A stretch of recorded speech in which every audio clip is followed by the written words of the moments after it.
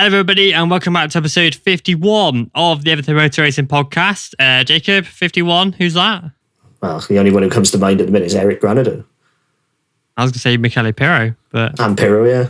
There we are. Yeah, there you go. Sweet.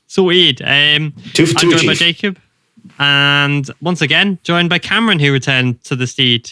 Wee. Hi. Hi, Mr. Married Man. Yeah, that's me. It's done. We didn't. She's got a ring on it. She liked it and she put a ring on it. Yeah, she did. Yeah. Job's a good one. Unlucky. I'm joking. Yes, he's only done it for tax benefits and the green card, but we're not divulging that information. That's, yeah. Yeah, she's imported in to Scotland, so she needed the green card. Yeah. Mm-hmm. Yeah. Well, that's it. Now when you get your Scottish independence and rejoin the EU, and then she's like Gucci, isn't she? Yeah, pretty much. I think that was her master plan all along when we met in 2015. That's it. You know, she saw all this coming and was fucking genius. Good job. So, yeah. So we're meant to have a guest on, and just like last time, it was a different guest than last time as well that bailed. I messaged him a few days ago. They were like, yeah, that's cool. Yeah, I'll come on the podcast. Sick. Okay. Then I messaged him this morning. Haven't heard from them. Messaged him again a few hours ago just to chase up. Still haven't heard from them. They're active on Instagram though, so they're just ignoring me. Yeah. Blakey. So we haven't actually got a plan for this episode.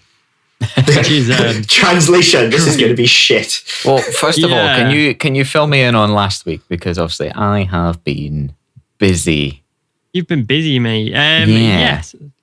So, obviously, we've got the predictions that you haven't listened to the previous podcast for, so have no idea. Yeah. Thanks for support there. Come on, man. I've been honeymooning. I think if there's any time that you're allowed to not listen to it, I think like a honeymoon is up there. Jacob, stop defending him. Oh, no, if there's one time, like that, or maybe like escaping a war-torn country or something. That's about it. Yeah, like bereavement or something. But yeah, those are the only reasons. Yeah. Otherwise, if you're listening to this, then you're just a bitch. Life's a bitch, and well, so yeah. So obviously, we had Ryan in for 1 week, and he has destroyed us on the nearly anyway. Right. I will get Ryan. I am actually going to reach out to Ryan and get his predictions, and we'll keep like a rolling thing of Ryan as well, just after I've literally just removed him from the freaking table. So yeah, well, I'll keep Ryan in there, and we can keep his score in as well over the season long. But what have I done? Right, no, I'm being an idiot. Sorry, again. Okay. Shock. I'm getting somewhere here. I promise. I'm doing two things at once. Right, so you can't do one thing at once. I know. So, obviously, we're coming up to Argentina, but going back to Indonesia quickly for Cameron's sake of the predictions. Yes. So, in Moto3, you have watched the races, haven't you, Cameron? Highlights. Yeah. Okay. I managed to catch MotoGP on the, because that was the day of the wedding.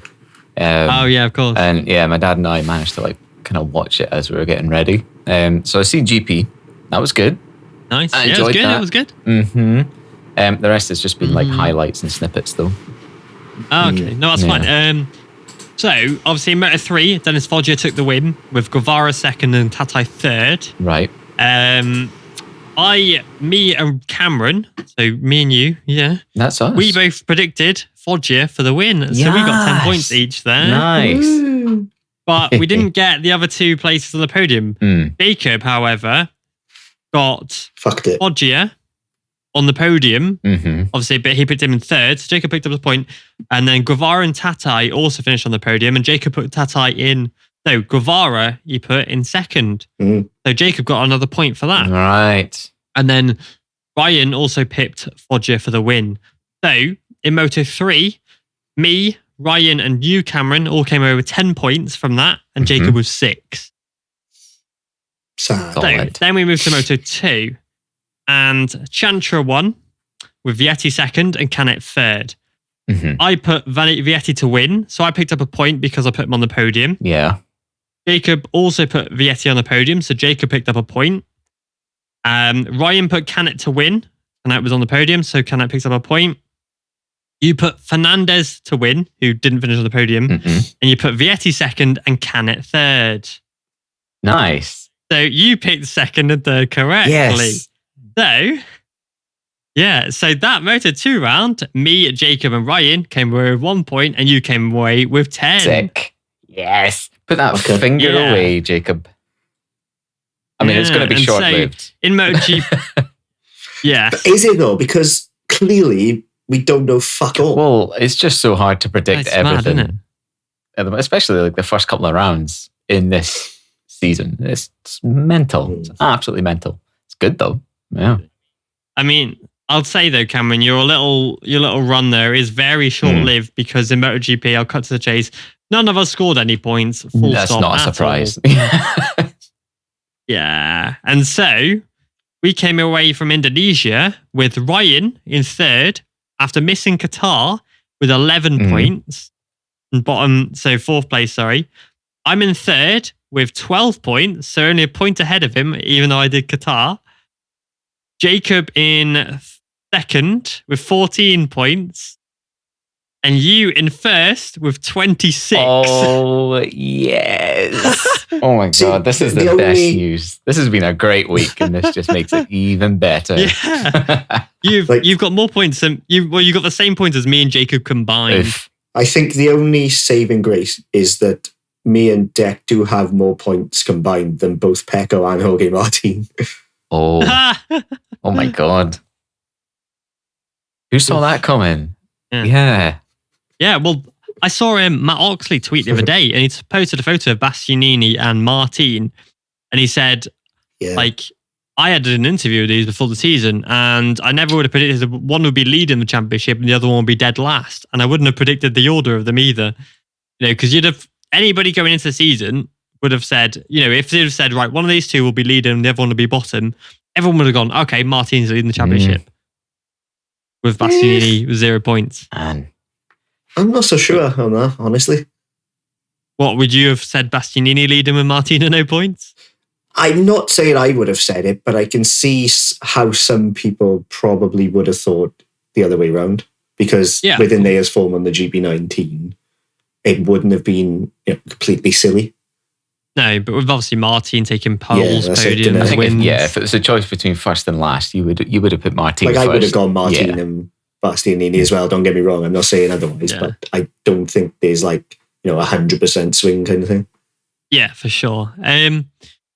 So with this podcast today, we haven't really got, because we kind of did a lot of talking last episode about Mandalika and some about Argentina. We haven't really got too much to cover, but we're going to just kind of go off of events in the last week. I want to talk majorly about Marc Marquez, who after the podcast was released last week, was confirmed to have had diplopia in his eyes come back again, but it was less severe than last time. And since then, today, even on Sunday, he's posted a reel of him riding the bike looking all cool with some music over it. And then him getting a massage with a little murky face on there as well. Sunday plans. I'm thinking, right? Because apparently I'm being told, right? Again, this isn't official, that tomorrow there'll be an announcement about if he'll race at Argentina or not. By his kind of reaction today on social media, I think he's going to race. I think he's clear already. I hope he's fit enough to do so. Yeah, I think so. It's a very Marc Marquez thing to do, isn't it? Yeah, you wouldn't be like, oh yeah, just today's plans, and then a video of him fucking doing that sick slide. Today's plans, he's just promoted as Alicia Zero or something around the factory. Yeah, if he doesn't ride, obviously I think it'll be Barardal that'll step in, the super sub.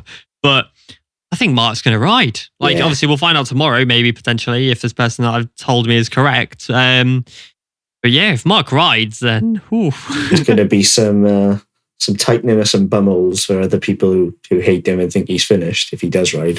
It is quite concerning, though, isn't it? That it seems to be big off, and then this condition comes back. How long until he doesn't get away with it anymore? But then people have been saying that for the past decade. He can only crash so much. But here we are. That's the thing, and it's weird. Like, I made a post even myself saying, Marquez really needs to tone it back and maybe think about the quality of life for the next 50 years. I did also talk about it in the last podcast. One major injury now could fucking destroy his career. But he said in the Sepang test that, he knows that he could die on a bike. He knows that he could get paralyzed. He knows that, one crash could fuck his eyesight up forever. He could have a brain injury, but he's like, meh. You don't know anything else. He himself said he's all he's ever known. Yeah, he knows no other way, do he? That's the problem. I'm assuming he didn't really go to school and shit. Didn't need to, did he? I said today. It's like a lot of the top riders don't obviously forego education as a secondary. Unless you're the world's fastest dentist, that is. Yeah, unless you're Miguel, yeah. That's true. Or, what's his face? Luca Vitali in the Chiv, he got qualifications this week for economics. Did it? Yeah, he got a master's, I think. Oh, right. That's pretty cool. Yeah. That's pretty cool. He's a lot of them the minority in there. Yeah, a lot of them, or they'll do school alongside racing, like virtual schooling, homeschooling, stuff enough like that. to get them through life successfully. But, they're not needing to do algebra and everything. Yeah, you don't need to find the hypotenuse theory when you're fucking racing bikes. That could help with Apex. Yeah, because I remember I did listen to an interview of Rossi, and he said that when he was 16, his results, he was doing really well. He's in the World Championship at that point, and his school did an ultimatum. They're like, right, you've got to either do school or racing. And he was like, yeah, fuck school then, see you later. He just went and did racing. I think that's the right call. That scenario. Yeah, 100% the right call.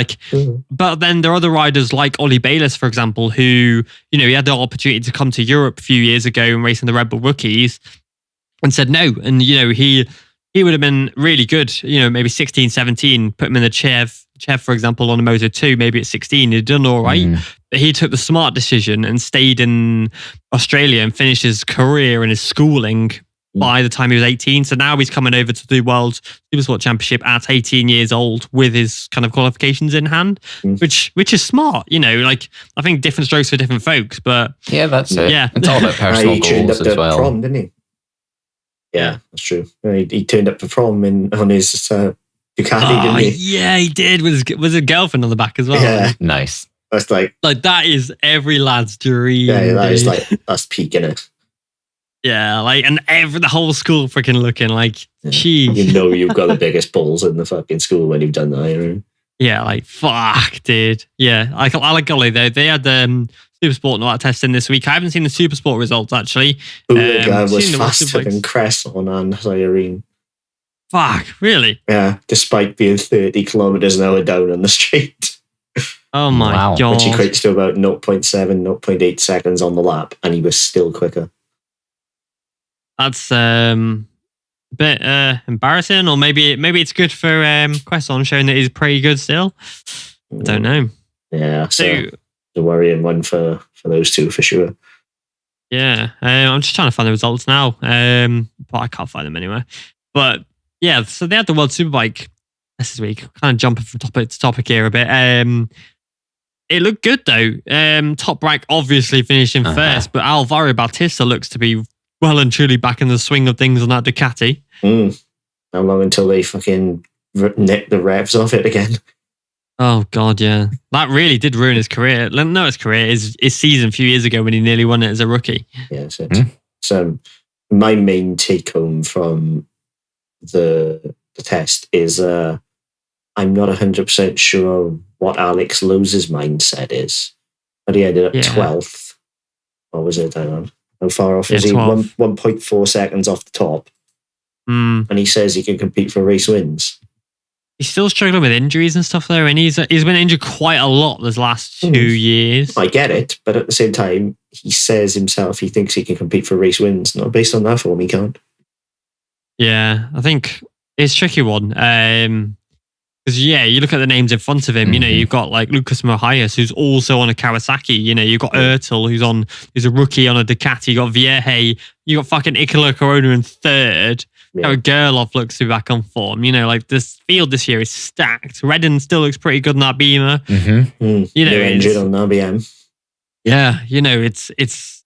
I'm actually looking forward to it this year. I'm kind of looking forward to World Superbikes. I think it's going to be really good. I'm hoping for more than 2 rider battle at the front, though. Yeah. The fact that Oliver Koenig, though, is faster than Cresson and Siren is really worrying because Koenig came from the fucking 300s. He completely bypassed World Supersport 600 and went straight from World Supersport 300 to World Superbikes, and he's still faster than them. Yes. By a good margin as well. It's like points. Yeah. Half a second. More than. Yeah, especially when you consider Cresson is in his 3rd World Superbike season now. Second. He did some 2 years ago, but last year was his first full season. Yeah, and then, Sirene's come from Moto 2. Yeah. Yeah, after being a MotoGP rider. Yeah. And he's beaten them both. Like, that's alarming. That is, I incurred the wrath of the entirety of Malaysia by pointing out that Buliga was quicker than Sirene. Oh, you can't do that. This is first test. Oh, this admin makes me feel sick. I was like, well, it should make you feel sick is the fact that a Supersport rider is beating you in fucking hero, yeah. Yeah, like Bernardi, that's his first test. Bernardi, he was a fucking rookie so Bernardi, 2020, was the Italian 600 Supersport champion. Last year, was a rookie in World Supersport and was battling for wins. Now he's a World Superbike rookie. He's had some freaking fast progression. He's only 3.2 off. Yeah. And he's still 1.7 over Siren. Like that's worrying, dude. He's like, what's the actual? I'm just getting the standards up. Well, I mean, he was less than a 10th off Loris Baz. Yeah, and proven Superbike rider. Yeah, like that is horrendously worrying. Yeah.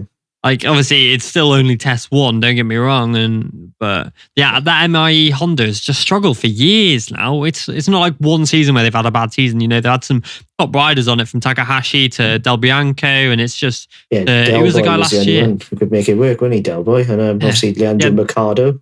That's it, the Argentine, yeah. Mercado's been on it, but again, I wouldn't say, aside from Del Bianco, I wouldn't say any of them are really top Superbike riders. Well, Del Bianco's a stock 1,000 champion, isn't he? No, not Del Bianco. The Argentine guy just Mercado mentioned. Was, yeah. That's it. Yeah, he's a stock 1,000 champion and he still couldn't make it work. Yeah, it's like, you've got to wonder what MIE are up to. But at the same time, like, did you see the bike? It looked like someone had just thrown in the back of a van. Like, yeah, with like weird ass Carl fairings on it and stuff. Like, it looked a bit bodged job, garage job. It really did. It looked unprofessional. Yeah, I didn't like that, to be fair. But it's testing and all, so like, give him time. But yeah, I mean, start as you mean to go on though. Surely, yeah, that's it. Like, show up with a bit of intention. Nobody else looked unprofessional, and they all had at least the same color bike. Yeah, exactly. I do think it's going to be an interesting season now, like, because you go through the results. Obviously, Toprak led, then you got Bautista second, Nicola Corona third, Raya fourth, Gerloff fifth, Rinaldi sixth, Redding seventh, Vierge eighth. You've got the fastest rookie, second fastest rookie, third fastest rookie, Ertel in ninth. Then you got Locatelli in 11th. Mahia still looks good. Raya's got some freaking people to go up against. I know that Toprak is the reigning champion, and we should be talking about him, but he's P1. Yeah. But what worries me is in MotoGP, if from first and then being a second off is normally like 15, 16 riders. Yeah. Here is 5. Yeah. The margins are much bigger. Yeah. Like, obviously, it could be a case of people were doing race runs. So you can't really take that much from it. But at the same time, Toprak looks imperious, and Lecona looks like he was made for a superbike. Rona's looking really, really good. Like, his talent's obviously, it's obvious, but only 22 as well. Like, he's got a lot in him already. Yeah, you don't get a MotoGP ride by being bunked, do you? Well, tell that to apart from Xavier Simeon, but that's by the by. Yeah. It's like some riders didn't even test as well, but it's like lower teams. They're not? Who didn't test? I can't think off the top of my head. Ricardo don't think tested. Yeah, what's his face? The fake shark helmet guy. Fuck. Oh, yes, Frenchie. Yeah. The guy who pissed everyone off at Mazzano, MotoGP. Ponson, Christophe Ponson, yeah. He didn't test either. But I think there was only like 3 or 4 riders missing, but they were all like mid to lower like teams. None of the non-factory riders, like they all tested. Yeah, it's going to be an interesting season. I don't know who's got that title though. I want Rea to get it back. He ain't gonna. But the field, it's just leveling up, isn't it? It feels like Top Rack might do a Marc Marquez this year, and then go to MotoGP. Yeah, and then say fuck you, I'm out. Drop his mic. Off he goes to MotoGP. Like, yeah, I do want to see him, and he's got obviously a test in maybe July, August. Top Rack. I don't think we'll see times. Sign for Honda. And then, unless you like stood by the side of the track, I don't think we're going to see times. We'll see like maybe unofficial ones, but I don't think we'll get any official times from tests. Unless he like, if he spanks a lap record, then maybe they'll release a lap record the times. But like Johnny Ray still can't make that bike work how he wants it to. I mean, you can say what you want, but getting beaten by a Honda, which historically is not working in the last 2 and a bit seasons. Yeah. And a total rookie in Killer Kona and getting beaten by that. It's not exactly championship form, is it? No, it is worrying because like obviously they did struggle last year, the Kawasaki. I think Rea, I saw something about him maybe going to leaving Kawasaki at the end of this year because he said it was like he signed a deal with them basically. It was to retirement, but I saw him. He got like really pissed off for Kawasaki last year, and this year his contract's up. I think this year now, and he said something in the pre-season about it. Nothing lasts forever, or something like that. Yeah, I think it's a rolling deal of he's going to be offered a year-to-year contract, from what I could gather about it. Like, right. Yeah, it's up to him whether he takes it until he retires or he doesn't have to. But like, he only has a year at a time, so to speak. And maybe, but it has to be offered the next year, and then he chooses whether he wants to take it, as opposed to Kawasaki not choosing it. Yeah, so like maybe Top Rack goes to MotoGP, and then Reyes takes Top Rack seat. No, I can't see him doing that. That would be the ultimate fuck you. Yeah. Like if he jumps onto the AM and then loses. Like that would actually prove that Top Rack is a better rider if that was to happen. Yeah, like exactly. That is the only way you can prove it. Or that is the bike, isn't it? Yeah, like because obviously Top Rack never got a factory Kawasaki, so it needs to be identical bikes. Yeah, I got high hopes for Gerloff. Yeah. I finally got his little mojo back, hasn't he? He actually seems happy, and that bike is fucking stunning. Like, genuinely, it's probably the best looking bike on the grid, apart from the Honda. Yeah, I do like the livery on that. It does look good, but it's just a case of if he can, who are we talking about? Gerloff. Gerloff, that's it, yeah. Sorry. If he can stop knocking riders off, because last year he kind of lost his mojo after knocking out, he took Rea off, he took Rinaldi off, he took Top Rack off. He needs to, if he's got his mojo back and has stopped doing that, then I think we can really see him battle for wins this year. Yeah, so not some sort of like theories about Yamaha like clipping his wings a little bit after them. Yeah. Oh, they bollocked him. Right, okay. They fucking put like they proper like rocket up his ass. They basically said, you do that again, you're fucking out. Right, okay. But yeah, like I'm sure I heard, it might even have been this pod before I was on it, like you guys saying that Yamaha were deliberately sort of giving him less of an edge, like so that he couldn't be in Top Rack's way, I suppose. Yeah. Which I suppose makes sense. From what I gather, he was told in no uncertain terms, you hit anyone else off again, you're going back to fucking Moto America, mate. Oh, nobody wants that. Yeah, because he just knocked too many people off. Like, it wasn't like sorry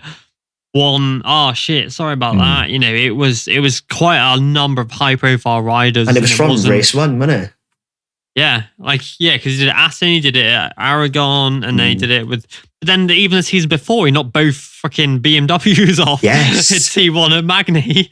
Although I still maintain that was not his fault on that one. Yeah, but the fact that he was involved again, you're like, fucking hell, dude. Yeah, I think it was a 6.5 dozen the other for that, but it sort of set it put him in the public eye as taking someone out. So then as he did it more and more, it was a case of, oh, shit in hell, he's done it again. When the reality is, Aragon was probably his first one. So you're not going to next fucking Raya, though, bloody motocrossed it through the dirt. Like, that was so sick when he did that. But then that was like the penny dropped, and people were looking at him like, fucking hell, it was more than once now. Yeah, it's not good at all. And one other thing I did want to mention is it's nice to see Eugene Laverty still kept his seat. Well, he switched teams, didn't he? Yeah, but wouldn't you? Yeah, because they didn't fucking field him all last year. They forgot there was a fucking pre-season test and didn't turn up, so he rocked up, but his fucking truck didn't. Oh my God. Like, how? We're talking about MIE being professional. At least they fucking turned up. Pretty embarrassing, isn't it? Like, how as a team can you forget to turn up for a pre-season test in the championship you're riding? It is bad, isn't it? I would have just quit there. I was literally about to say that. I'd been like, right, I want out of my contracts right now, sort of thing. If that's the team, I'd be like, nope, I've got other things to do. I'm not doing this. Apparently, the guy was skint as hell anyway. I can't even remember the team name now. Oh, I don't know. It was some weird shit. Yeah, I can't remember either. Because Folger was Bonovo, wasn't he? And then RC Squadra Corsa. That's the one. And Squadra not Corsa, because they fucking merely raced like. And I want to ask you actually, what do you think Taron McKenzie will do? Because he's doing World Superbike this year with some rounds. It won't be a BSB spec bike, it'll be a full World Superbike spec bike. They'll have all the electronic gizmos and all that. How do you think Taron's going to do? I know that Cameron's going to like it because he is Scottish, so got a bit of Neil McKenzie support. I think he'll do all right. I mean, if he can get a top 10, how many rounds is he doing? I think it's 5. 6, wasn't it? I think if he can get some like decent top 10s in there, maybe even a top 5, but then the top 5 are what you'd maybe class as top 5 in this season this year. Top 5 is difficult. Yeah, if he can get some solid top 10s, it's so hard to break into. Then I think that would be a job well done. Yeah, I would consider top 10 a good result, because obviously we know the BSB bikes, they basically, the traction control is your right arm. Yeah. Whereas on the World Superbikes, they've actually got electronics to help you, and it is an adjustment. Yeah, it is. Like especially if he's ridden Moto 2 without any of the electronics, because it was the 600s. So he's really not that experienced with full electronics. Mm-hmm. Oh, it's a very good point. So for me, I think he'll be maybe out of the points to start with, and then as he gets more comfortable on the bike, maybe top 10s, because he's quick, like. But it's a huge adjustment. Mm-hmm. Yeah, even though they're super bikes, I think if anything, going from BSB to MotoGP would probably be slightly easier, because the electronics are better, so to speak, and more confidence inspiring. These are like, who was it again? Jason Uribe. He was saying that how you can use 100% of the bike. 100% of the power in World Superbikes, whereas in Moto America he's maybe using 60% of it. Like maybe 60% of the power was usable, whereas in World Superbike 100% of the power was usable. Yeah, and BSB are pretty much Moto America spec, aren't they? Yeah. Possibly with even less electronics. No, Moto America has got some electronics. BSB have literally none. So if he was thrown from that with slightly more electronics, it's going to be a big ass adjustment. Yeah, it will be for sure. Going out of BSB, actually, I've got the results here. Yeah. It looked good, man. Like, I think I've got them as well, but I might have an old. I'll put it in the chat for you boys. Thanks. But yeah, so like the top limit, what is it? The top 3 were covered by 0.1 seconds, but Rory Skinner up to 5th. Yeah. He's gunning at a Moto2 seat, I think. Yes, Rory, let's go. 100%. Like the rumor is he's going to go to the American racing team, but I can't see them disrupting Cameron and Sean and Kelly now for that. No, maybe in Chev and then see what happens if Cam goes up, which is what their plan is, I assume. Yeah, I think there is a plan to move Cameron up. Obviously, if you can get the results this year, which he's not yet. Not yet. No. I did have somebody have a go at me actually on the topic of Cameron because and they listened to the podcast, so here we go. We can discuss because we discussed. Didn't you send me the message about that? I might have done. We discussed Dixon a lot, and we didn't mention Cameron too much, but Cameron, Cameron being apparently like the best Superbike rider of the two, which you can back it up with 5 Moto America championships, whereas Jake's got 0 Moto America championships. But so there's no comparison, unfortunately, there. And Cameron's never raced in BSB, so again, we can't compare. But differences between Cam and Jake is Cameron's not led a race yet. Jake has. Jake has got a pole position. Cameron hasn't. Yeah, I think Cameron will come good. Jake's a lot younger. And that's what will favour him. I would love to see Cameron in MotoGP, but he needs to get wins by round 5 of this season, and he needs to battle for the championship. Otherwise, he's not getting a MotoGP seat. Maybe he'll try again next year, but at this point now, like the level is that high, and the fucking funnel into MotoGP is tiny now. So with minimal bikes going on up for grabs, and so many riders. If you look at the stand-ins, Augusto Fernandez is going to be gunning for a seat. You've got Aaron Canet who's going to be gunning for a seat. Celestino Vietti is looking tasty for a seat. Acosta. There are a lot of riders. Cameron needs to be able to try and stand out above those 3 riders to get a MotoGP seat. Yep, and right now he is. It's a big ask. I think Dovi will retire at the end of this year. Yeah. Throwing that out there. But then that seat is probably... That's top racks, isn't it? That's top rack seat. But that's exactly. That's out. The only way I think he could join Yamaha is if Fabio decides to pack it in, bucks off elsewhere, and then if Gerloff pulls off a stunning season as well, like there's always a chance that Gerloff can step over. That would be a kick. They want an American in MotoGP. If Cameron's getting top 10s in Moto2 and Gerloff's getting podiums and wins in World Superbikes, it's pretty much a no-brainer who they're going to pick.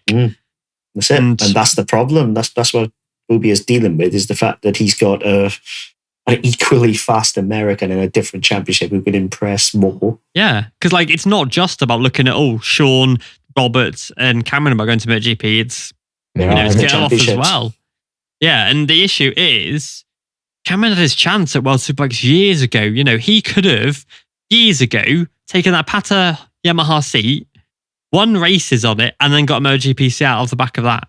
But he didn't take the seat. He chose to stay in Moto America. He chose to take the money over it for a few years, and now then wondered, what if? And went to Moto2. And then his younger teammate went to World Superbikes on a top seat, factory support, and is now doing really what Cameron should have done. Yeah, can you say that though? Because it's not like Bobia didn't end up in the World Championship. Oh yeah, Bobia's done exactly what he should have done now, because the amount of people who were saying, move to the World Championship about Bobia, and I'm glad he had the balls to step up and go for it, but he made his money at the end of the day. He secured his future. Yeah, exactly. I actually think he made the right call. I think he's made the right call now, but I think he should have done it a bit earlier. That's How my old's point. Bobia? Maybe I portrayed that wrong. 28, he's our age. 28, yeah, 29, yeah. I'm 21, so... Yeah. It's fucking terrifying. He's our age and he's considered old now. Yeah. Fucking hurts, I think Gerloff's 24, 25, so he's got the edge. Yeah. Whereas, but MotoGP rookies now, if you're 25 going to MotoGP, your class is old. Yeah. No, Remy Gardner's 24. He's... Yeah, that's it. Fabio's a champion and he's not even 25. Yeah, Fabio's 22, what the fuck, dude? Was he 23? I don't know. One or two. I mean, Pedro Acosta's been tipped for a MotoGP set and he's not even 18 yet. Exactly. For Cameron to get up, he needs to battle for that championship, because at the end of the day, Dixon could probably outperform Cameron this year, and Dixon would get passed over for a seat. So, if Dixon couldn't get a seat, then I can't see Cameron getting a seat, as much as I would love to see Cameron get a MotoGP ride.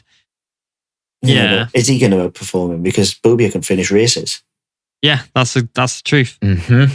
But I have to see, because Bobia can finish races, but he can't finish consistently as high as Jake, but then Jake can't finish races. So yeah, that's it. It's catch-22. I wouldn't give either of them MotoGP personally right now. No.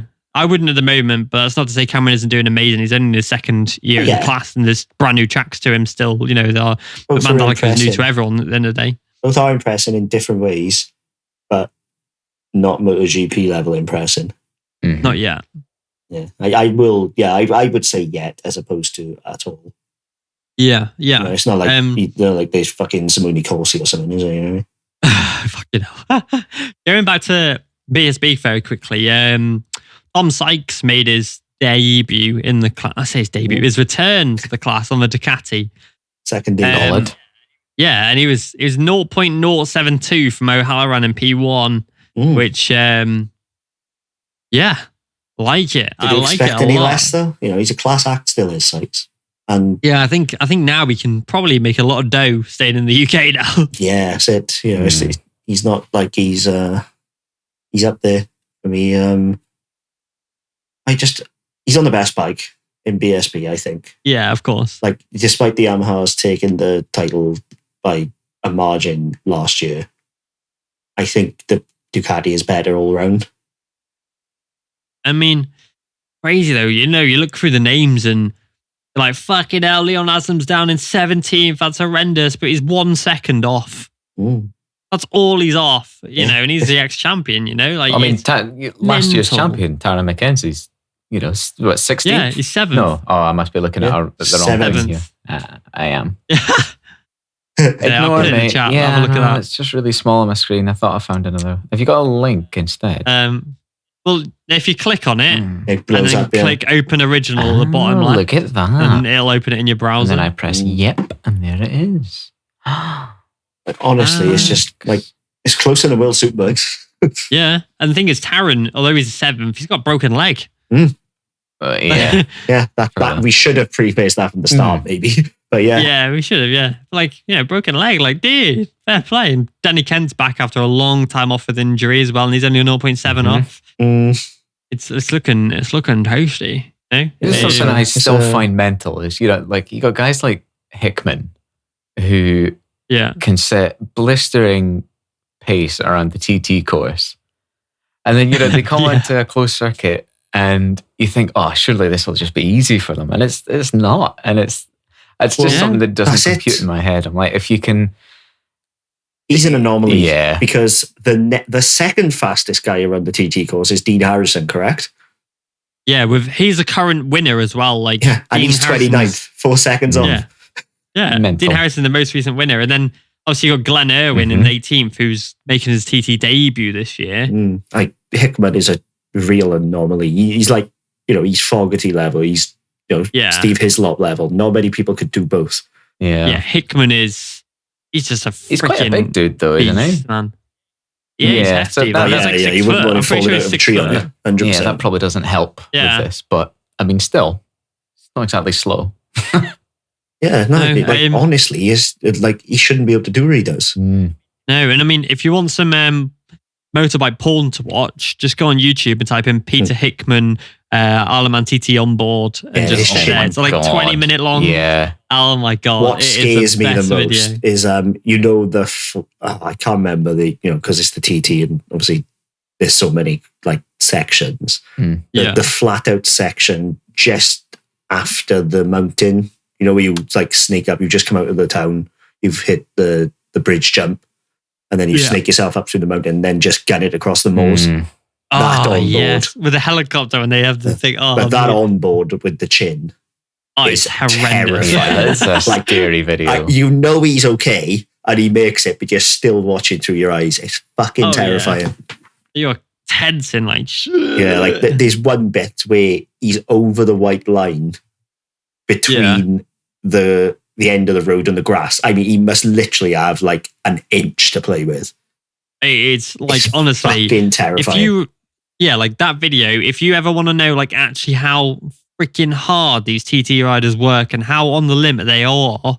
You know, like one crash, as we know, will be, that's it, game over. Yeah, unless you're Connor Cummins. Perfectly, yeah, but like that crash perfectly demonstrates exactly how on the edge they are and how close they are. They are purely dancing on the limits. You know, there is like, I'm not even joking, less than an inch between life and death on that. Like if he braked, for example, maybe half a meter later, that could be it. You know, if he lost the front, bang. What's worrying me about the TT is I can't see how we're going to go quicker because the bikes will get better, sure. The bikes will be... But the human side of it, I think we've hit the limit. Yeah, I mean, the thing is, though, with the TT, right? The last TT was, 2019? Yeah, 2019. So we're like 3 years on from that now. Bikes have massively improved now. Like, we've never seen a Ducati at the TT for a long time anyway, racing like a factory Ducati squad, for example. We've got factory Ducatis this year who are capable of doing 220 miles an hour nearly. Like, you know, I know that the V4R does 212. In standard form, around does 200. Fucking TT race. Like, at this point, it's coming like similar to the Daytona, where, you know, they had to outlaw the Superbikes and just put 600s on it, which, yes, would dull the event a bit. But even John McGuinness has said, I don't think like, so. Well, let me finish. Hold on, let me finish. John McGuinness has even said that the bikes are too fast for the TT now, and they can't keep up. You know, they can do 200 miles an hour now, and even John McGuinness has said it's too much. Yeah. So this is a guy who's won a few, isn't he? Yeah, it's 24 TTs. Yeah, you know, he knows what he's talking about. He's not like an armchair warrior, is he? I said, I agree with him, but at the same time, the 600 races are also excellent. So I wouldn't say dull it. Well, I went to the classic TT in 2017, and there was 1000cc bikes from early 2000s doing a race. That was still very exciting, you know. That was still nuts. It's still and they're like 180 tops. Yeah, exactly. Yeah. It's not all about the top speed. It's about the closeness and the excitement. And I think the 600s can bring that. So, you know, outlawing superbikes, I don't think would be an issue. That's the thing, right? I agree. And I love the Daytona 200 because it's freaking amazing seeing the 600 absolutely screaming around there. Like, I am not against dropping it down to just 600s. I think it'd still be excellent racing, but the amount of people I've seen complain on forums and like stuff like that saying, oh, you know, the Daytona's dead now that they've taken the thousands away. Yeah. And that's where I'm coming from. And like, yes, for us three, oh yeah, it'd be sick. Like, it's fine. You know, TT is TT, like, but it's crowds. It's the amount of people who will watch it. You know, if they're limited down from 1000 cc's down to max of 750, for example, which you get like the Daytona twins going around or the Ducati V2s, you know, then maybe a lot of people will go away from the TT and be like, nah, I'm not watching that because they've not got the best bikes anymore. That's kind of where I'm coming from. That's the double-edged sword, isn't it? But I don't know if to be honest, if you're going to act like that. Yeah, I was going to say, if you're acting like that, I don't think you're an aficionado of the TT anyway, because the TT like fans who go over for the 2 weeks are a different breed, aren't they? Yeah, you're there like they would watch lawnmowers if it was racing, you know what I mean? Yeah, like you're there to be just because on an Dennis, age 52, on Facebook to complain about the fucking superbikes doesn't mean it's a thing, you know? Yeah. It's just jokes. Like I would do it this year, like already I would, honestly. I would drop it down because the bikes are now better than the riders. That's the issue. Yeah, round a circuit like that, for sure. Like, we haven't actually seen a bike with wings do the TT course yet. The Honda didn't it? No, in 2019 it didn't have it. Sheesh. Yeah, we'd not seen a Ducati do it. The BMW 1000 didn't have it. Yeah, Ducati. That's what's... Who's to say how that's going to behave? Maybe the Aprilia did? No, because it's the 1100, the Aprilia now, it's illegal. Sheesh. Are we going to have these? That's going to be interesting. We're going to have these V4s at the Northwest 200? Because it's kind of the shakedown, isn't it? I guess. Yeah. That'll be a good indicator of how they're going to behave on the limit on the road. Because you know. I don't care what you do, you can't account for that. Yeah. Yeah, Cameron's going, so you can let us know. I'll report back, I'll vlog it, all that stuff. What'll happen is he'll come back to us and say, Yeah, see that Ducati that's 25 feet in the air because it took off because of the winds. Yeah, it's in the ocean. Imagine that, going down Bray Hill, like just Bray Hill with the fucking wings pushing it down. Like. Be like an oppressor on Grand Theft Auto, just take off. Yeah, because that's the thing, like, they do like those big ass jumps. You know, they go over the fucking bridges and like, woo! Yeah, like flying up in the air. I'm genuinely concerned about that. Yeah, I mean, they do the Cabell Park jump though, so... It's not the same, but yeah, I get where you're coming from. It does. But you just, that's the problem is the TT. You can't really account for it.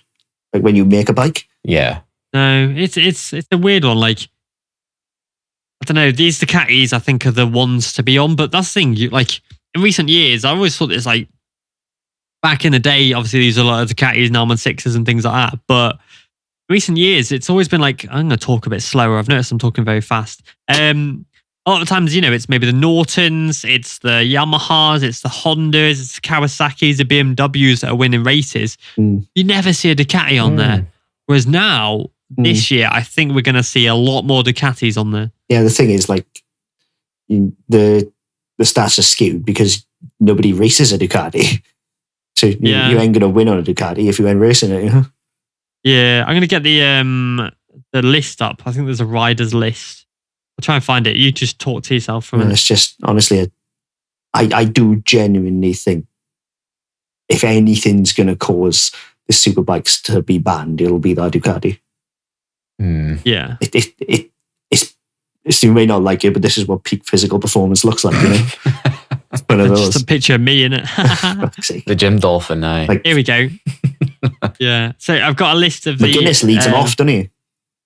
Yeah, so I've got the list now. So McGuinness is on the Honda, and Pete with the number 1. I don't know how the numbers work, by the way, but he's got the number 1. Then Dean Harrison. It's row position, so it's just however. Like yeah, but like what gives John McGuinness the right to get the number 1 over, say, Dean Harrison, who won the most recent TT? It's just the TTs. Yeah, we're on to the TT. Okay. I don't actually know. All I like because the numbers change every year as well, unless it's your. Oh shit! Yes, there is right. There is one Ducati, and I was thinking it in my head. I was like, "Are they on Ducati?" I wasn't sure, but yeah, it's Michael Dunlop on the Ducati PBM. Oh wow! So I'll read it out. Right, so there's 20. That's called 20 riders on the Superbike grid. So number 1, John McGuinness on a Honda, back on the Honda. 2, Dean Harrison on the Kawasaki. 3, Michael Rotter on a Beamer. Hutchie in 4 on the Beamer. Hillier and number 5 on the Yamaha, on the OMG Yamaha. Yeah, that's going to be interesting. Yeah, that's a top team. Obviously Dunlop on the PBM Ducati in 6th. Gary Johnson's back at the TT. Yeah. Yeah, in 7th. I think he's doing the, what do you call it as well? The twins on the CF Moto. Oh, cool. Oh, sick. Nice. You got Davey Todd, who I've met actually. That case. On the beautiful Paget Honda. Oh, that is freaking, what a livery that is. 9, you got David Johnson on the OMG Yamaha. Number 10, you got Hickman on the Beamer. You got 11, you got Connor Cummins again on the Paget's Honda. 12, Jamie Coward on the Yamaha. 13, you got Lee Johnson again, a little midget on the Beamer. Philip Crow in 14 on the Beamer again. Sam West in 15 on the Beamer. 16, Dominic Herbertson on the Beamer. Brian McCormick on the FHO Beamer. Derek Shell 18 on the Beamer. Yeah. No, it won't be. No, that's Hickey. Sorry, Hickey's the gas monkey. Hickman's got a gas monkey, but Brian McCormick hasn't. 18, you got Derek Shields on the Beamer. God. Sean Harrison in 19th on the Suzuki, and another Beamer in 20th with Craig Heave. Yeah, Suzuki. So you got one Suzuki and you got one Ducati. Interesting. Why the fuck? No Norton, which you know is competed.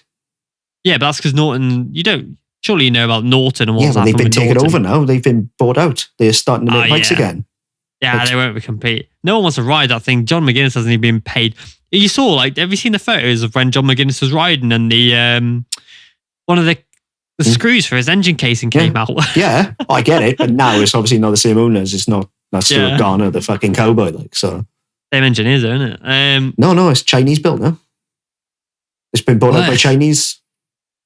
Yeah, we probably won't see them for a bit then. But like the fact that the TT list is so heavily BMW dominated, with like a tiny sprinkling of Honda, tiny Yamahas, and like the old Kawasaki, but then barely any Ducatis. You know, I would think Ducati is the bike to be on, but clearly they've been watching 44 Teeth's review of the Superbikes.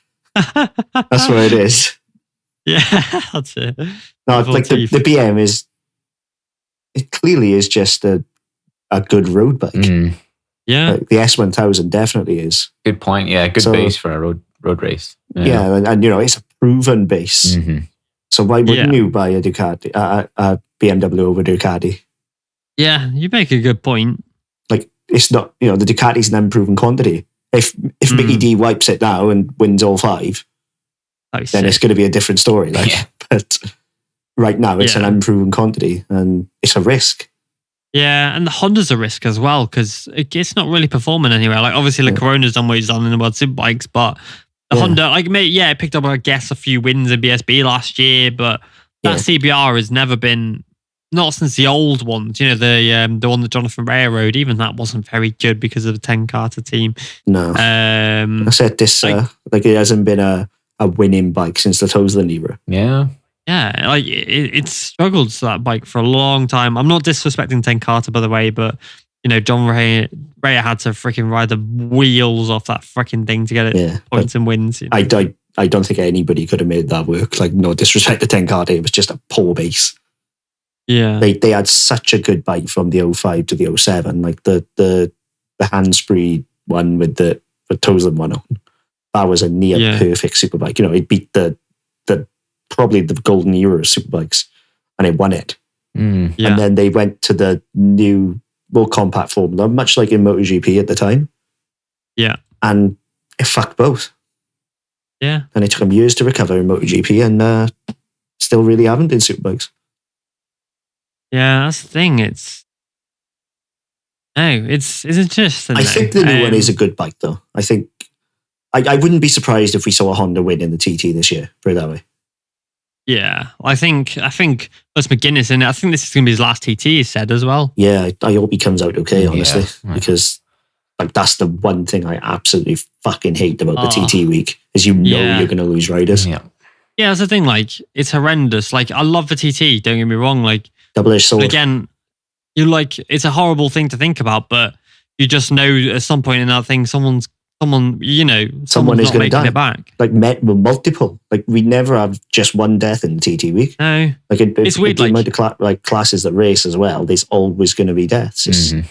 Yeah, that's the thing. Like I always look at it like I don't know. You know, when you look at the entry list and you're like, oh, you know, someone's not coming back, and like I wonder as well, you know, because they haven't raced in 2020 or 2021. How many riders are stood walking this planet right now that shouldn't be? Yeah, that's it. Like some would have raced and been killed. Like it's morbid, but it's a fact. Very morbid. Like it's one of those things that you have to face with the TT. Yeah, because it's so dangerous. That's why they love it, and I imagine the adrenaline rush for completing the TT course is better than any drug in the world. You know. Yeah. But at the same time, you're dancing on that edge of, you know, one mistake will kill you. Such a fine edge. Like, but that's what separates these riders from mortal humans. Like, obviously, they know the risks anyway. Yeah. We're chatting it's like some brand new things. They know exactly what they're getting into. At the end of the day, they know that, you know, that when they leave and they say goodbye to their wife and kids before they leave, that it could be the last time. Yeah. And I'm sure their poor families know as well, you know, but but that's the territory they get into.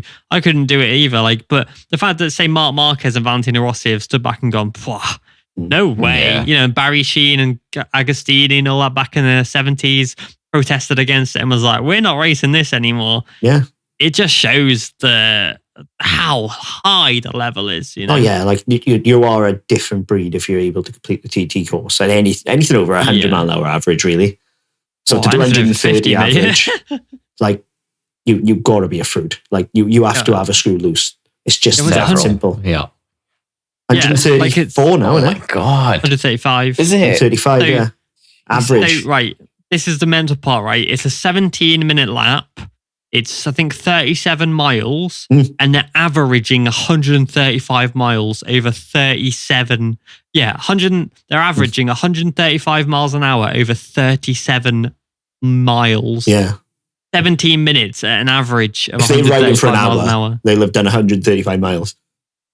Yeah, the whole race is 6 laps. It's 250 miles. Yeah, like they literally, what? It's fucking terrifying. Like, I love the TT, but fuck me, I hate the TT. Yeah, I'm the same. I'm like, I love it, but I dread it every year. Yeah, I dread it as well. Like, it's the best 2 weeks of the year, but it's also the worst. Yeah, and it's gonna be live this year on TV. Yes. Oh yeah. Yes, it is. Yeah, so I'm looking forward to that. But at the same time, it's gonna be like we're gonna see someone killed in real time. Oh God, don't say that. There'll be a delay. They wouldn't. Yeah. Yeah, there will be a delay. 100%. It's like that was my first thought because again, TT. Like we talk about like Marc Marquez being like, oh, you know, we could die every time I go on the bike. Its risk is nothing compared to the TT riders. Yeah, it's well, the broadcasters will know that as well. What again me? So they'll have a delay. Yeah. What again me is when people say, oh, the TT should be banned. It's too dangerous. It's like nobody's forcing you to ride it. That's it. They're all there with consent, knowing the risks. Yeah, that's it. Yeah, like, they've all you obviously signed a waiver. Exactly. That they've read. You know what I mean? That's it. Yeah. Because Karen on Facebook doesn't understand it. Mm-hmm. She wants it banned, and it's baffling. I think like there's a lot of people as well who live on the island who vacate the island for 2 weeks whilst TT's on. I'm like, what a freaking waste, man! What are you doing living there, man? Paying less income tax. That's what they're doing there. Yeah. Yeah, they're all a bit mad. Like if you were born into it, then like I imagine if you hate bikes and you're born on TT Island, and then for 2 weeks here, you're trying to live stream your games or something, you can go meow going past your window. Oh, I'd love it. Piss you off a bit, wouldn't it? If you didn't like bikes. Have you ever been? I have not. I applied to be a marshal one year, and then it's got it, and then didn't make it. Oh man, fucking got it. It's absolutely wild. Like I've only been to the classic TT for a weekend, like 4 days or something. Yeah. It's crazy. You just sort of get off this boat on this island, and there's just bikes everywhere, and it's just that sounds amazing. Like when there's not bikes racing, like so then the roads open up again, and then there's just civilian bikes everywhere. Yeah, it's just your mate's bike. Yeah, and it's just this little island of paradise. It's a pocket of heaven. Yeah, and it's really so amazing. I love it. It's so good. It is. It's the closest we've got to a bike utopia. Yeah, exactly. It's literally that. And am I right in saying that they don't have speed limits as That's well? right. Yeah. So when you see, that little crazy. National speed limit sign, the grey circle with the black line through it, that means technically you can go as fast as you like. But I think there are still police in that kicking about to sort of tell you to wind your neck in. They do have speed limit in the town now. Yeah. Yeah, they'll have them in the towns, of course. There's no speed limit. Yeah, that's what I'm saying. Miss Jeffrey's doing a shopping, just there's obviously, there's schools and shit at the end of the day. Yeah, there's domestic. You're going to have to do 30. Yeah, there's domestic speed limits. Obviously in the domestic zones, of course. But what I mean is like the mountain section. Yeah, the mountain section doesn't have a speed limit. No. That is petrifying. Car or bike. Anywhere that you would see. Or hovercraft, wherever the fuck you like. Anywhere you would see that national speed limit sign, like here, if that was on the Isle of Man, if that was on the Isle of Man, means you're 70 miles an hour. There is a challenge. yeah, basically. Fucking hell. It's crazy. Fun. I want to do some predictions for Argentina. Ooh, yes. Should we do a preview or just predictions? We can do a little preview. We can do preview predictions, I guess. Like explain why, I guess. This podcast has really been about everything, so Everything Moto Racing. Hey! I was going to say that too. Fucking champion, and the crowd goes fucking wild. So funny. I don't really know what to expect from Argentina, to be honest. We haven't been there since 2019. Fuck, do we know that? Like a lot of the riders have never been there. Like I was thinking that earlier. You put a mad post up. Explain it, Jacob. You actually surprised me with that post because this is actually a good post for once. Fucking hell. No, obviously I posted Augusto Fernandez decking it in qualifying. I think it was Q2 in 2019. where he high-sided coming up the final corner, couldn't race, which means he has not raced at Argentina since 2018. In the interim, he has changed teams twice. Like 3 years is a long time in MotoGP terms. Twice changed teams. Like not even once, twice. He's gone to Mark VDS and then IO since we last went to Termas. Yeah. And well, for example, since we last went there, Pedro Acosta's come in, won a championship, and is now raising the class at the track for the first time as a Moto2 rookie, not Moto3 rider. Yeah, he didn't even race in Moto3. Like, if you look through the Moto3 field, like, I haven't checked it, but I imagine about 65 to 70% of them have never been. Yeah. That's a good point, actually. Bear with me a second. Oh, what have I done? No. I was going to pull an amazing stat out my ass, but yeah, it's not right. What was the stat? So I was going to say that because for some reason I thought Raul Fernandez had missed some rounds in 2019, early 2019, but he hadn't. And I was going to say, Raul Fernandez never raced the race either, but he did. Yeah. So Vietti has actually raced there. Garcia didn't. Sergio Garcia has never raced there. Nope. He hurt himself, didn't he, for EG? Yeah, he did. Yeah. And and Arenas. Well, put it this way, the last time we raced there, Gabri Rodrigo had his first home race and crashed out of the final corner for going for a podium. I'm sure he's raced there before. No, that was his first time. Like not the last time we were there, but the first time he went there, he dived for the final corner, and it would have been his first ever podium. Do you remember? On the RBA bike. That's how long ago that was. He was on the RBA bike. Wow. RBA ain't even in the championship anymore as RBA. Yeah, because I was going to say he's been there like 5 times. I don't know. No, he wasn't. Yeah, so he was there. He was there in 2019 on the Honda. He was in 2018 on the Honda on the KTM. He was in 2017 on the KTM. Yeah. The RBA bike. Yeah, that wasn't last time he was there. He finished 6th last time he was there. When it was. Yeah, no, I'm not talking last time, but the first time he was there. Because I remember vividly, because if I'm not mistaken, he put a move on Aaron Canet. And Canet was still on the Estrella Galicia bike at that time. First time he was there was he didn't stick, so he didn't get it. First time he was there was 2015 on the RBA bike when he was a rookie. Nah, maybe it was then. Maybe when his first time. But yeah, I remember it vividly because it would have been his first podium at home. Yeah. And instead he crashed. Typical Gabri. Maybe a time, yeah. Mad though. We just haven't been there in so long. Stefano Nipa's never been there. Atai's never been there. Yeah. Okaba's never been there. Wow. It's a lot of riders. This is going to be good. Scary. Yeah, I can't wait actually. It's basically another Mandalika, isn't it, at this point? Because no data's going to stick. Has it been resurfaced or anything? No, but it did burn down. Okay. Yeah, I was about to say, I don't think it's been resurfaced, but there was definitely some incidents. Right, okay. Yeah, Jesus. But yeah, it's going to be a good race, but I don't really know what to talk about, to be honest. What can you talk about? Like, it's not like Mandalika. We got a test as a reference. Well, will Martin score points? Yeah. You got to think so. Yeah, come on. Well, yeah, you would have thought he'd score points in the first 2. But he maybe he'll do a Foggia. Will Pecco finish higher than 15? He'll do a Foggia. Oh, yeah, maybe a Foggia. He's never even podiumed there, have he?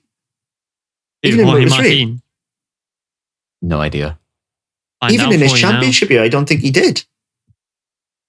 Jorge Martin, let's have a look. On the Grassini.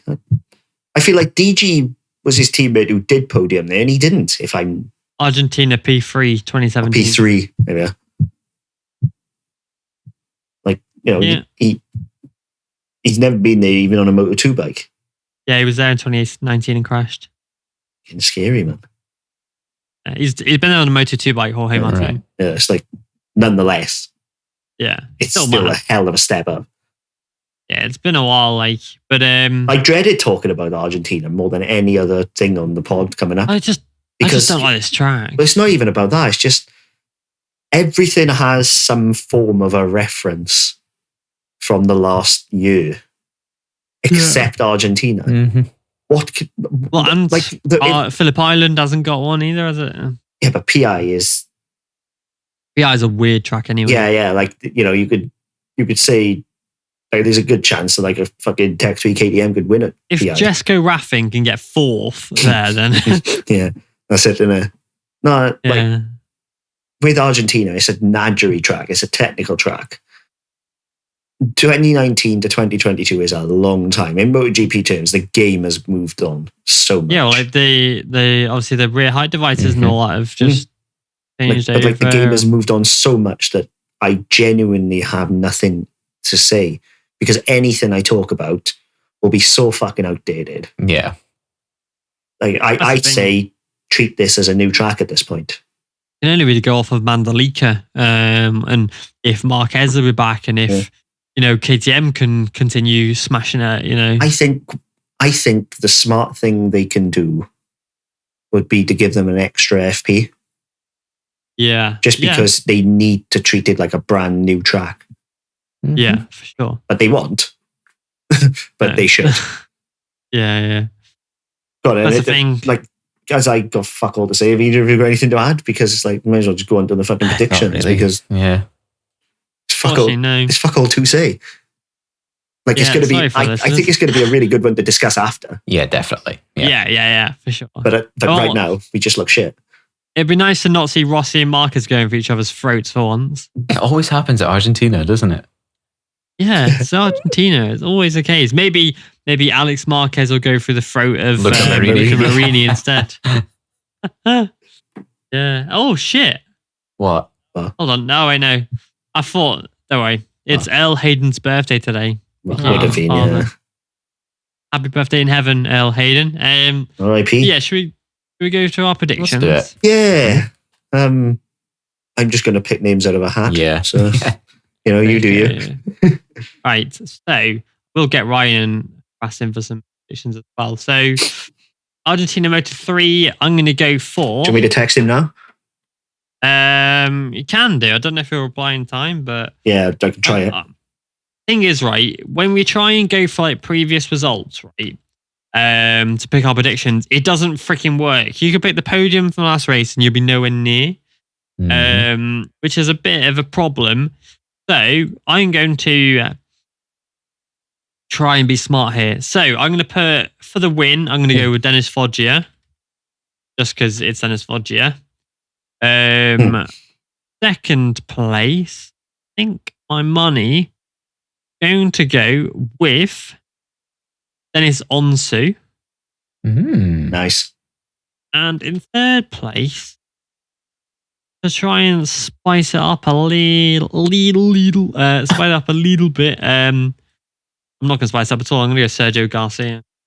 I know. Not brave. Right. Yeah, Jacob, start from winner to third. Winner,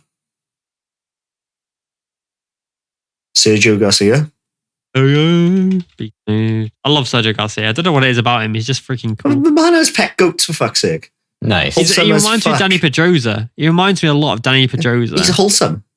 Yeah, he's the kind, like if you were a girl, you could take him home to meet your parents, and he'd be fine. Like he'd like dazzle your parents with how cool he is. Yeah, like he's got goats, but he just reminds me of Danny Pedrosa. He's like a little short guy, but he's freaking fast. You know. So I'm gonna go Garcia for the win. Yeah. I'm gonna go today. Bold. I'm gonna go Ivan Otola for second. Ooh. Oh shit. Well, I just remembered that Moreira. Yeah, I'm not putting Moreira on the podium, unfortunately. Okay. And then third,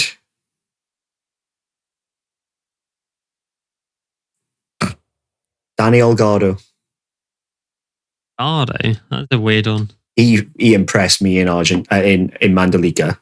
He did do well, 9th place. Yeah, clearly he can pick up a circuit very quickly. Good point. Yeah, because a lot of riders will be learning obviously for the first time. So well, anybody in Moto 3, I genuinely, is there anyone in Moto 3 who has done the track now? Yes, there are a few. Dennis Foggia, Mignot. Yeah, like Cobra, apart from the obvious culprits, like the front. Messia? Yes, Messia on the best at Capital, yeah. Suzuki, Carrasco, Saki. Yeah. That's it. Yeah, I'm going to say, right, I think I'll say, right, off top of the dome, this is, I'm going to say Sasaki, Carrasco. Yeah, that sounded right, to be fair. Has Ricky Rossi done it?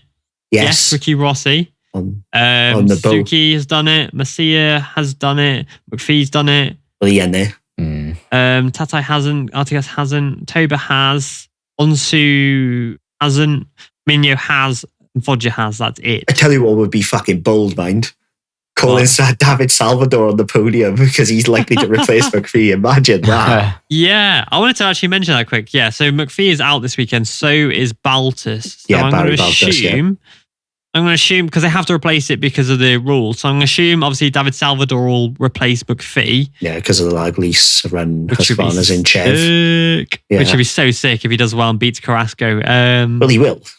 Not because I hate women or anything like that, just because Carrasco's fucking see if anyone jumps down my throat. Yeah, disclaimer. No, it's because obviously he should have had that bow ride, but for money. Yeah. But nobody's going to replace Baltas. I don't know. Probably fucking Cardelus. Yeah. You'll throw £1 million in, yeah. Or, what about Lopez?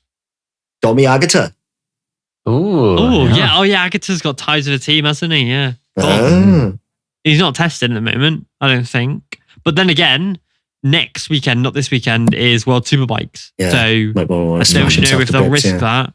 It'll probably be a Chev Moto2 rider like Lopez or something like that. Yeah. We'll find out. Anyway. S. Krieg would be sick. Okay, Cameron? First, I'm going to go with... This is for the winner. Yeah, winner. Chicken dinner. Foggia. Brave. I know, so brave. Oh, mate, you are stunning and brave. Well, you know, I maybe would have gone more left field, but there's points at stake now. So, no. Yeah, true. You're freaking. You don't risk it as a leader. It's gone to my head. Yeah, for the win, Foggia. Second, I want to say Mino. Yeah. And then third.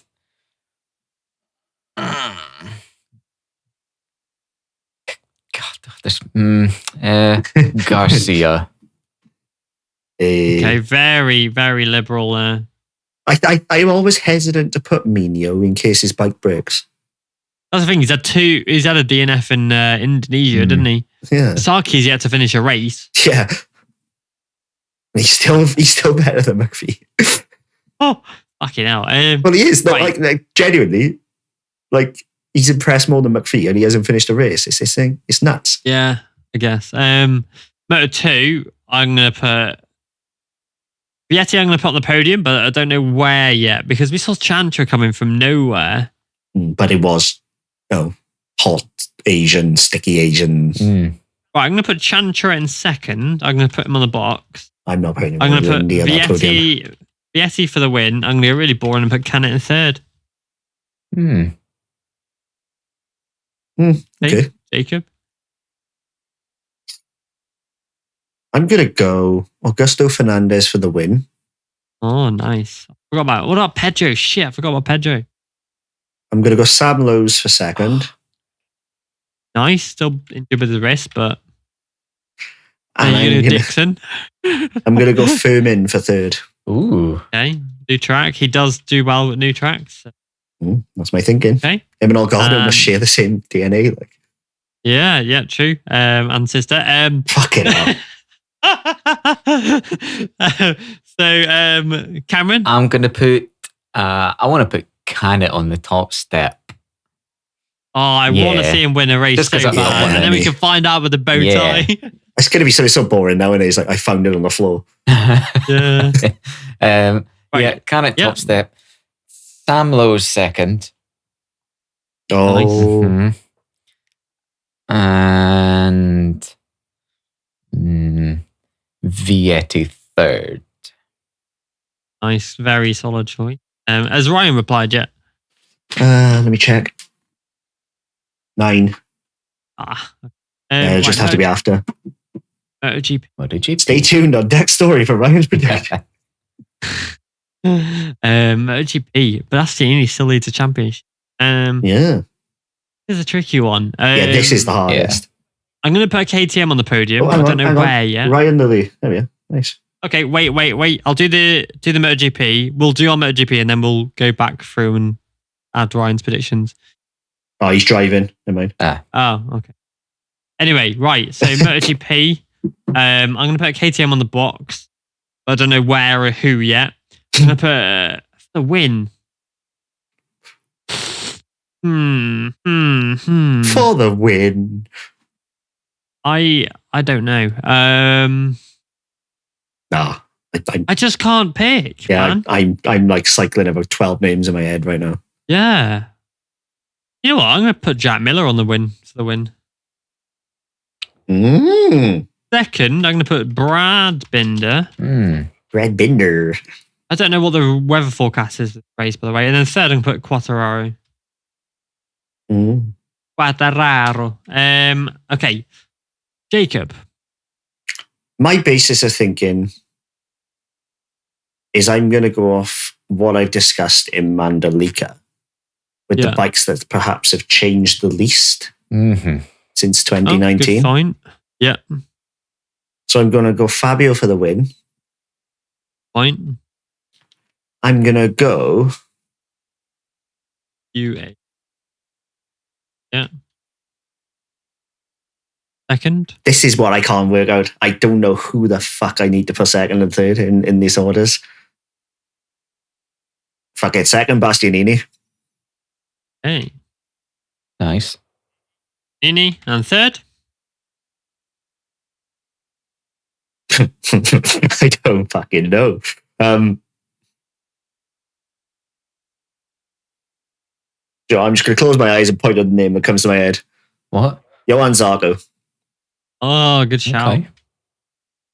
Okay. Okay. And Cameron? I'm going to put Quartararo for the win, for the dub.